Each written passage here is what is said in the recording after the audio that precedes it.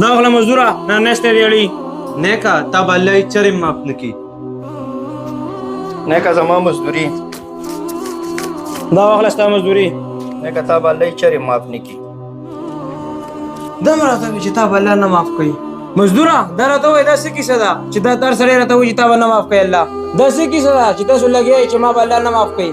او کنه نیکه تا به الله هیڅ شرم نه معاف کوي او د دې چې څه لګیا دي کنه زه تا په کیسه پوهیږم.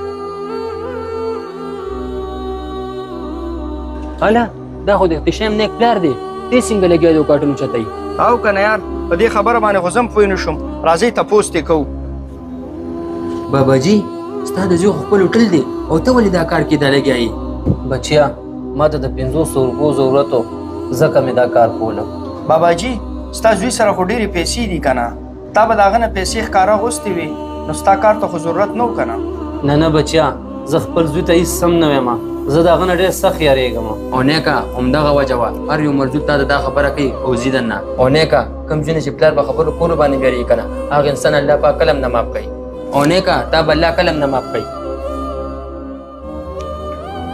اسپړه نیکه خدای دې تباه کړه. خو یار زما پلار داسې ولې کوي زه ورځم واپس. بچیا ته ما چېرته بوځې؟ دا جي ته ما ته دا ووایه ته ما سره داسې ولې کوې؟ بچی هغه ځکه چې ته په خپل مور باندې هم غوسې کوې او په خویندو باندې هم غوسې کوې او که په ما دې غوسه وکړو نو زما به څه عزت پاتې شي. دا جي په ورځو دا کار په ټینشن کې وم ځکه مې په مور باندې او په خور باندې غوسې وکړې.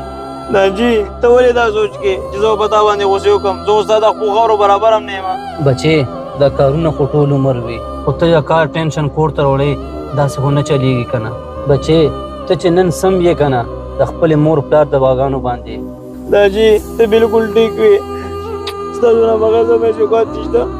او دا جي ما ستا ډېر زړه دردولی دی ما معاف کړه. بچیا داسې هېڅ خبره نشته. الله دې ټول عمر خوشحاله ساته.